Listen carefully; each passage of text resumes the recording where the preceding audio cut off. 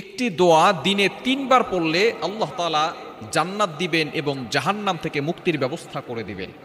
আমরা সকলেই কিন্তু জান্নাতে যেতে চাই এবং জাহান্নাম থেকে মুক্তি পেতে চাই।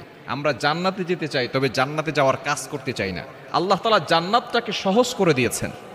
আমরা দেখেন, যারা আমরা নামাজ পড়েছি, ফজরের নামাজ যারা জামাতে পড়তে গিয়েছি, নামাজ পড়তে যাওয়ার পরে মসজিদের ইমাম সাহেব অথবা সভাপতি সাহেবকে আমাদের কাছ থেকে কোনো জরিমানা নিয়েছেন?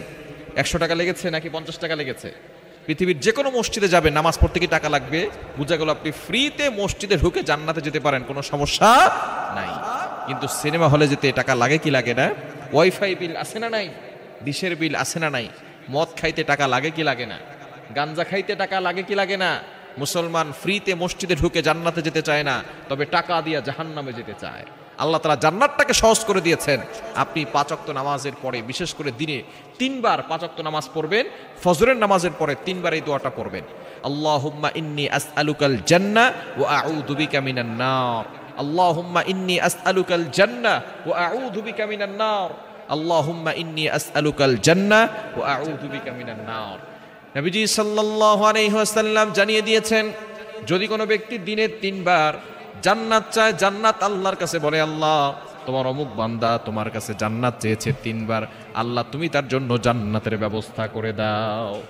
আর কোনো ব্যক্তি যদি জাহান্নাম থেকে মুক্তি চায় আল্লাহর কাছে ৩ বার, জাহান্নাম সরাসরি আল্লাহর কাছে বলে, আল্লাহ তোমার অমুক বান্দা জাহান্নাম থেকে মুক্তি চেয়েছে ৩ বার, আজকের দিনে আল্লাহ তুমি তাকে জাহান্নাম থেকে মুক্তির ব্যবস্থা করে দাও। সরাসরি জান্নাত জাহান্নাম আল্লাহর সাথে কথা বলেন এবং আল্লাহর কাছে ফরিয়াদ করেন যে ব্যক্তি এই দোয়াটা করেন। সুতরাং আপনি প্রতিদিন ফজরের নামাজের পরে 3 বার পড়বেন, মাগরিবের নামাজের পরে 3 বার পড়বেন। আল্লাহুম্মা ইন্নী আসআলুকাল জান্নাহ ওয়া আউযু বিকা মিনান নার। আয় আল্লাহ, আমি আপনার কাছে জান্নাত চাই, আয় আল্লাহ জাহান্নাম থেকে মুক্তি চাই। এই দোয়াটা করবেন। যদি দোয়াটা পড়তে না পারেন, বাংলায় করতে পারেন, আল্লাহ আমি জান্নাত চাই, এটা 3 বার বলবেন, এবং জাহান্নাম থেকে মুক্তি চাই 3 বার বলবেন। তবে আরবি দোয়াটা শিখে নেওয়া ভালো। দোয়াটা খুবই ছোট্ট এবং খুবই সহজ একটি দোয়া। এগুলো ফজরের নামাজের পরে 3 বার পড়বেন, মাগরিবের নামাজের পরে 3 বার পড়বেন। তাহলে আল্লাহ পাক রব্বুল আলামিন আপনার জন্য জান্নাতের ব্যবস্থা করে দিবেন এবং জাহান্নাম থেকে মুক্তির ব্যবস্থা করে দিবেন। দোয়াটি আবার বলে দিচ্ছি, আল্লাহুম্মা ইন্নী আসআলুকাল জান্নাহ ওয়া আউযু বিকা মিনান নার।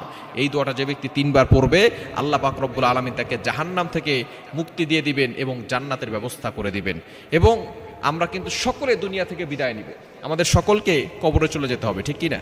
We have to go back to our Lord. আমাদের সকলকে কবরে চলে যেতে হবে, কেউ আমরা দুনিয়াতে থাকবো না। কবরে যাওয়ার পরেই কিন্তু মুনকার নাকির প্রশ্ন করবে। মুনকার নাকির আমাদেরকে বিভিন্ন ধরনের প্রশ্ন করবে, বিশেষ করে 3টি প্রশ্ন, মার রব্বুকা, ওমা দীনুকা, ওমা নবিয়্যুকা, এই 3টি প্রশ্ন করবেন। সুতরাং যদি প্রশ্নের উত্তর দিতে না পারে, তাহলে কিন্তু কবরে আযাব শুরু হয়ে যাবে। কিন্তু আপনি যদি এই দোয়াটা পড়েন, আল্লাহ পাক রব্বুল আলামিন আপনার প্রশ্নের উত্তর সহজ করে দিবেন এবং আপনার কবরখানা জান্নাতের বাগান বানিয়ে দিবেন। এজন্য এই দোয়াটা পড়তে পারবো তো ইনশাআল্লাহ? আল্লাহুম্মা ইন্নী আসআলুকাল জান্নাহ ওয়া আউযু বিকা মিনান নার। আমাদেরকে প্রতিদিন 3 বার পড়বো ইনশাআল্লাহ। তাহলে আল্লাহ তাআলা আমাদেরকে জান্নাত দিবেন এবং জাহান্নাম থেকে মুক্তির ব্যবস্থা করে দিবেন।